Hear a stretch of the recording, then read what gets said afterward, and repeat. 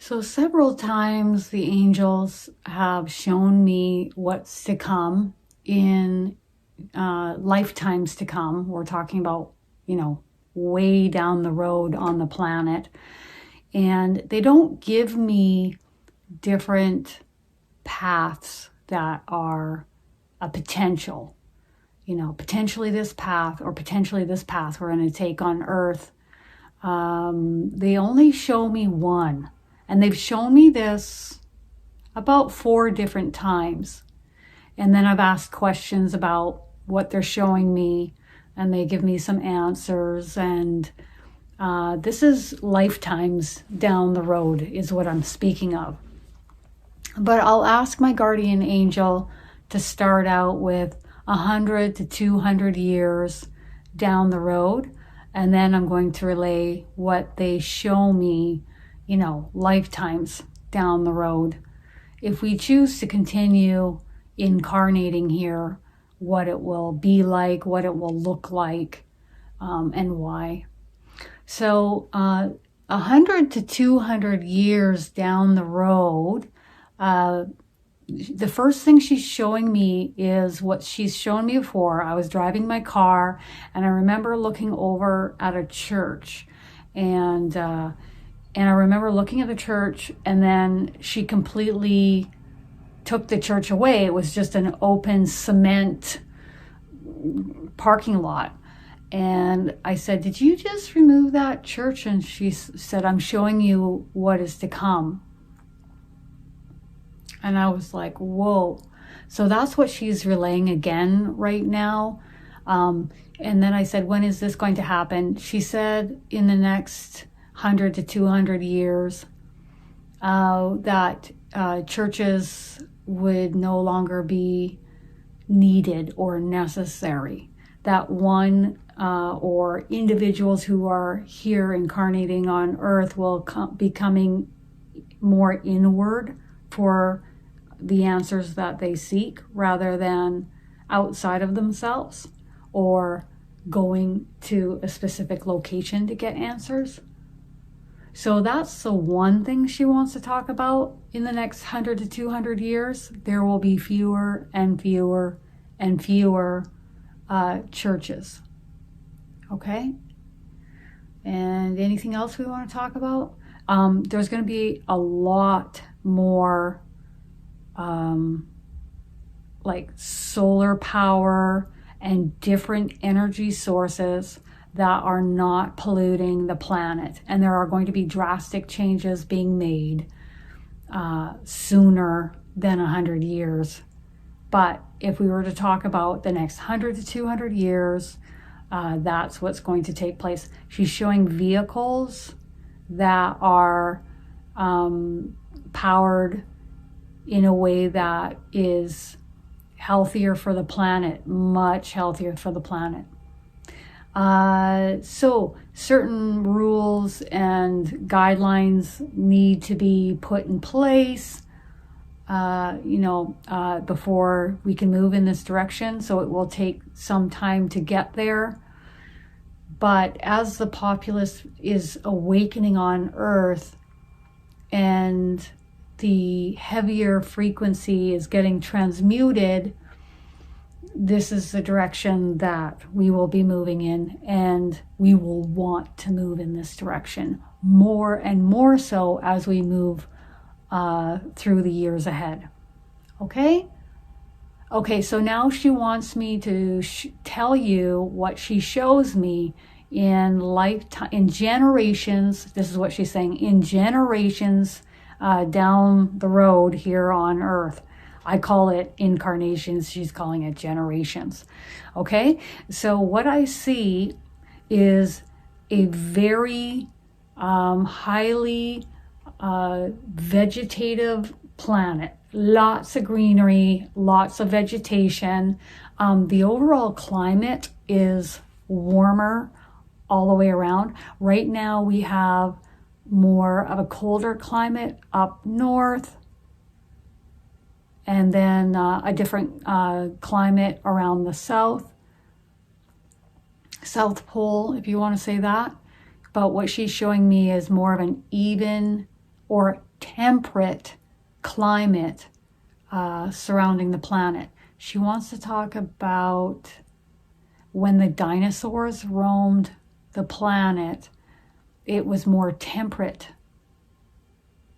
And she's also talking about with the decisions and the choices that we're making on Earth, a lot of the colder climate locations are melting, dissolving.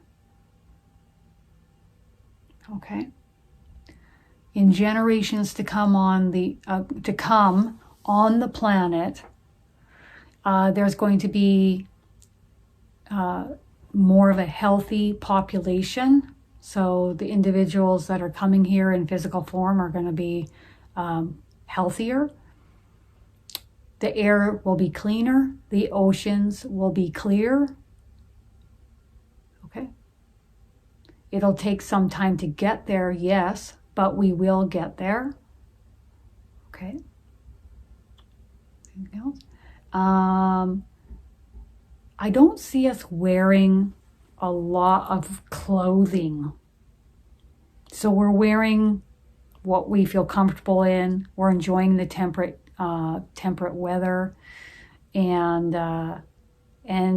we are immersed in, the trees, the vegetation is really high vibrational. Anything else? She's talking about some souls will come to visit here in the non-physical, and then some will incarnate into the physical. Those who are incarnating in the physical will be aware of those who are here in the non-physical and will have like an open, fluid communication with them. We call it channeling or mediumship. That will just be, or telepathy. She's talking about telepathy. Really, that's how I'm communicating with her right now. Telepathic communication. So she's talking about that just being more free-flowing and everyone doing that. Mm-hmm. So right now we're trying to dig into the earth for resources to gain money. And she's also talking about influence, power, okay? But she's talking about in that day of age, in generations ahead, that we won't be digging up the earth for these, gold, silver, opal, all of these. There won't be a tug of war. There won't be, or there won't be as much of. Which one? She says it depends on the location on the earth, but overall, there will be less of a tug of war of power. And she's also talking about or trying to control. Okay. It'll be more free-flowing. The vibrational frequency will be much higher within individuals and on the planet itself. And so there will be more of a relaxed, enjoyable state here on Earth with the animals and the Earth herself. Okay. Notice she's not saying humans, she's saying animals, all of us, aka all the animals. Anything else you want to say on that? So she just wants us to take accountability for the products that we use, the environment in which we live in, and please turn towards sustainable environmental resources to leave less of a fingerprint or a thumbprint, your print on the earth. Okay, she's showing me leaving less of a footprint, but she's also doing thumbprint. Okay, she's getting me there.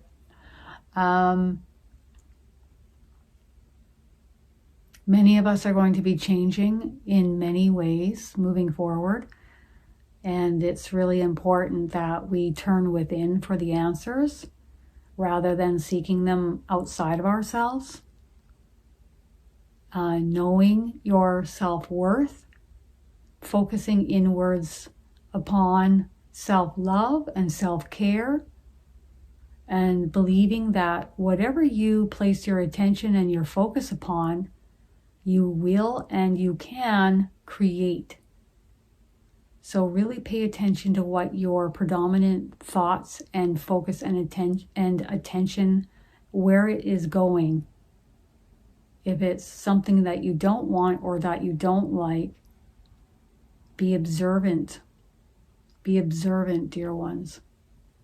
And you can call in your divine team, your angels, your spirit guides to assist you with whatever you need assistance with.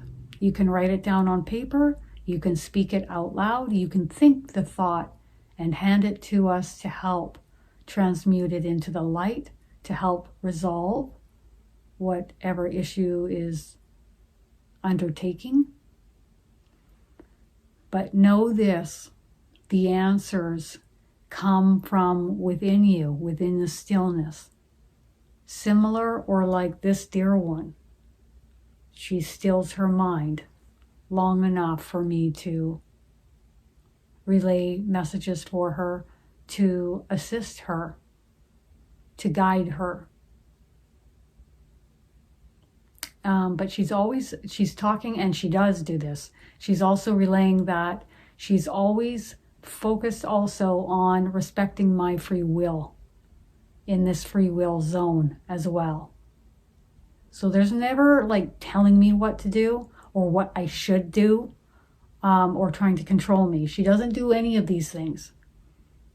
Okay? She's also working in tandem with my higher self, my soul. So if my soul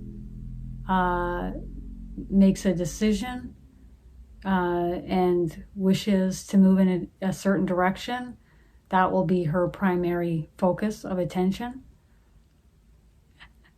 Although she will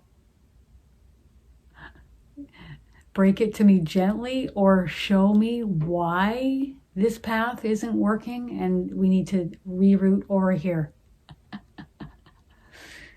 And she's saying that sometimes my higher self will step forward and have a word with me directly when it's necessary. And that is so true. Sometimes I can't understand why she's guiding me in a certain direction. So my higher self will step forward and have a word with me. And then I go, oh, okay. And I ask a lot of questions. I feel sorry for all of them. But that's what they're here for, right? They're here to help us. So she doesn't want us to feel concerned or worried or fearful about what is going to unfold in generations to come. There are lighter, brighter, high vibrational souls incarnating here. A wave of them. And they will make the changes necessary if we do not. If we choose not to. They will. It might be a bit delayed, but they will. There are some of them already making changes here on the planet. Okay? And the one thing that I want to say is that in the last 15 years of communicating with my angels, with the archangels, with the ascended masters, there's so much light here coming to the earth right now with this ascension process. And no one is showing fear or worry or concern. I'm not getting that from no one, okay? That's not even in, they don't operate like that. And the one thing that I've recognized is that they're all here for a reason. They're here to help us. And they're here expanding their light. They're here to transmute the heaviness or the negativity or the lower vibrational frequency through people, through the earth, through everything. And they're not going to just let this planet go. They're just not. They're not just going to be like, oh, well, humans trash this one, we'll just make a go of it on another planet and start from scratch. No, they're not.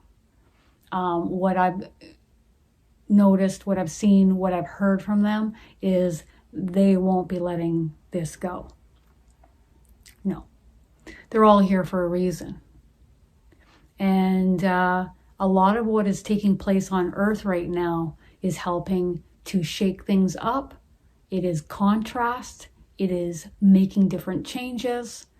It is rerouting us in different directions. We are making different decisions, choices, and actions. And we are not blindly following others all the time as we maybe once were. We are not just following what is being told to us as sheep. We're actually starting to question things. We're starting to open up. We're starting to become more sensitive. We're starting to see things in a different way. If we wanted an easy planet, I suppose we'd go to an easy planet. But here we are with contrast in a free will zone. Any last words?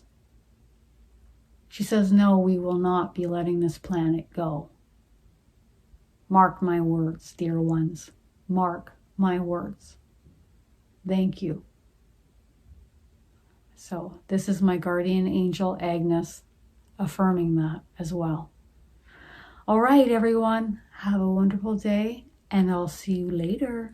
Bye.